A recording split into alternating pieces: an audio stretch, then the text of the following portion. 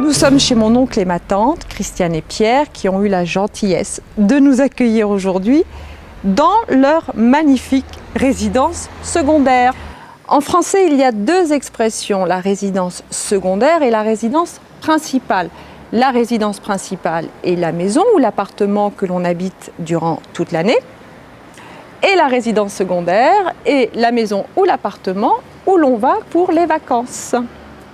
Allez, on rentre par la cuisine et on accède à ce qu'on appelle en français le rez-de-chaussée. Alors, le rez-de-chaussée de la maison, c'est l'étage qui communique entre l'intérieur et l'extérieur. Extérieur, intérieur, le rez-de-chaussée. Voilà, ça c'est l'étage qui communique directement avec l'extérieur. Allez, on commence la visite de la maison par la cuisine. Derrière moi, l'évier, robinet, eau, où on fait la vaisselle, on lave les fruits, les légumes. Je continue. La plaque pour cuisiner. Le four pour cuisiner aussi. Micro-ondes, hein, vous reconnaissez. Tous les ustensiles pour cuisiner. On a la chance d'être dans une grande cuisine ici aujourd'hui, avec suffisamment d'espace pour y mettre une table avec 6 chaises, ce qui fait, à mon avis, de cette pièce une des pièces les plus conviviales d'une maison. Ici, très important, un espace de rangement qu'on appelle le placard, dans lequel, vous voyez, on a mis de la vaisselle, des verres, des tasses. Voilà, on va continuer la visite et nous allons passer maintenant dans une autre pièce de la maison qui est le salon. Allez, vous me suivez. Voilà, donc on passe ici par une petite pièce qui est la salle à manger, hein, où on peut manger quand on est trop nombreux, qu'il n'y a pas suffisamment de place dans la cuisine, eh bien on mange dans la salle à manger. Voilà. Donc la salle à manger communique avec le salon. Ici un mur en pierre apparente, hein, c'est très joli, ça donne un cachet très particulier à la maison, c'est très chaleureux, je trouve, ça donne une ambiance comme ça très chaleureuse, les pierres, les poutres en bois, hein, c'est des matières qui sont très nobles et qui donnent un caractère très chaleureux, très authentique à la maison. Devant moi, la grande porte-fenêtre qui permet d'aller directement dans le jardin, qui communique sur le jardin. Par contre, il existe un autre type d'ouverture qu'on appelle la baie vitrée. Alors la baie vitrée, vous savez, c'est ces ouvertures qui s'ouvrent comme ça, qui glissent. Voilà. Fenêtre. Ta-ta-ta, ta-ta-ta. Baie vitrée, ça glisse. Voilà. Et ici, c'est une porte-fenêtre. Les meubles, évidemment, qu'on trouve toujours dans un salon. Le canapé, grand canapé.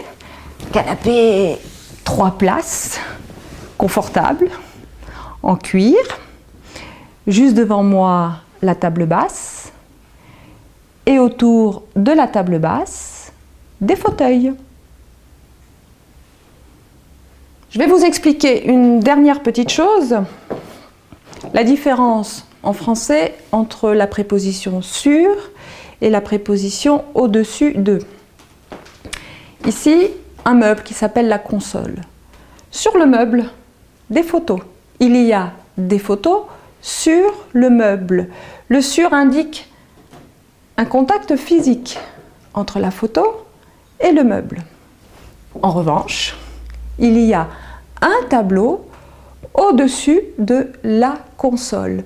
La préposition au-dessus exprime une différence de niveau, mais sans contact physique entre les deux objets.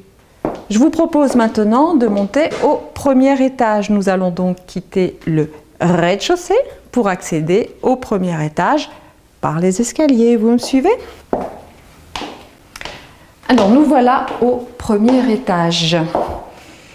C'est l'étage où nous allons trouver bien évidemment les chambres, qui sont les pièces pour dormir, et la salle de bain, pour se laver, se doucher. Nous voici dans la chambre, dans une des chambres, qui vous voyez est très jolie, très colorée.